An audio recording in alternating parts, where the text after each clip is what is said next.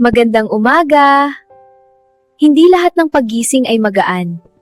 May mga araw na mabigat ang dibdib at parang ayaw mong bumangon. May mga laban tayong tahimik lang. Walang nakakakita, walang nakakaalam. Mga problema na dinadala natin mag-isa kahit gusto na nating sumuko. Pero humihinga ka pa, ibig sabihin may dahilan pa. Hindi ka pa tapos. May laban ka pang kayang ipanalo. Hindi mo kailangang maging malakas agad. Okay lang mapagod. Okay lang umiyak. Ang mahalaga, bumabangon ka ulit.